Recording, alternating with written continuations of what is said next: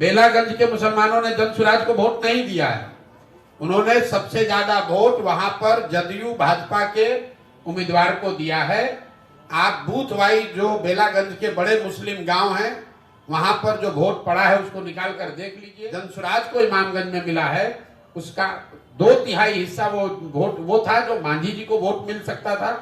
कुछ हिस्सा जरूर राजद का आया होगा।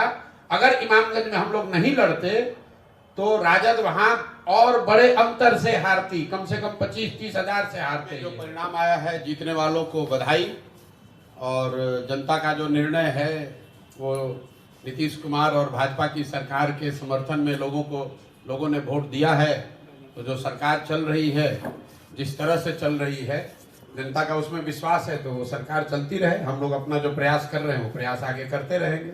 आप चारों सीटों जनसुराज और जनसुराज अभियान दोनों को दो तरीके से देखिए। जनसुराज अभियान जो है उसको बिहार में स्थापित करने में, बिहार के घर घर पहुंचाने में 2 बरस का समय लगा है। बहुत लोगों ने जब अभियान की शुरुआत हुई तो ये कहा कि बिहार में तो कोई इसकी जगह ही नहीं है, कोई इसको मानेगा नहीं, कोई सुनेगा नहीं। लेकिन बिहार के एक बड़े जनमानस में आज जनसुराज की बात को लेकर, जनसुराज की परिकल्पना को लेकर, बिहार में बदलाव को लेकर एक सकारात्मक सोच बनी है। अब उस सोच को दल में और वोट में परिवर्तित करने की जो बात है, तो 1 महीना पहले जनसुराज दल बना है और 1 महीने में आज 10% वोट लेकर जनसुराज ने अपनी शुरुआत करी है। आपको जस्ट कॉन्टेक्स्ट के लिए बता दूं, मैं ये नहीं कह रहा हूं कि 10% वोट बहुत बड़ा वोट होता है, लेकिन बिहार में भाजपा यहाँ देश की सबसे बड़ी पार्टी है, उसको 21% वोट है। पिछले विधानसभा में भाजपा को 19.6% वोट था। राजद को 20% वोट मिला है, जदयू को 11% वोट मिला है, जनसुराज को 10% वोट मिला है।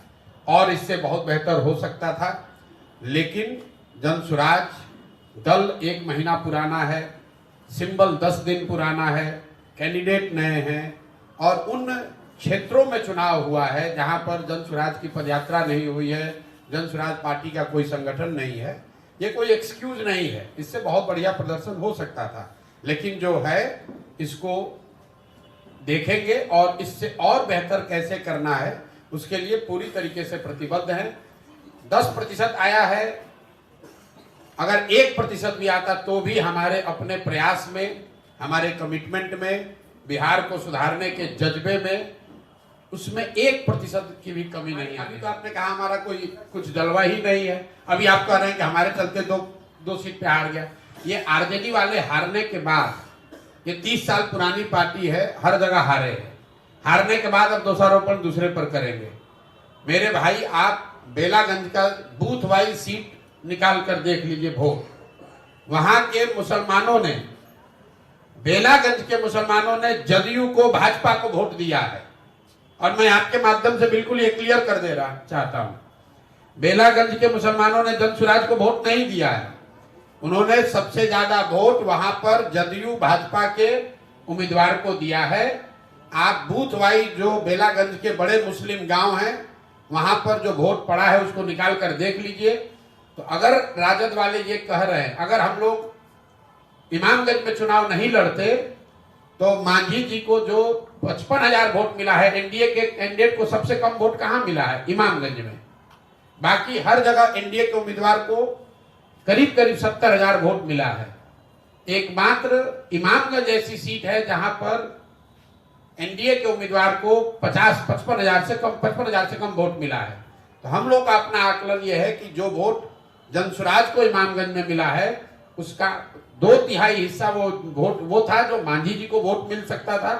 कुछ हिस्सा जरूर राजद का आया होगा।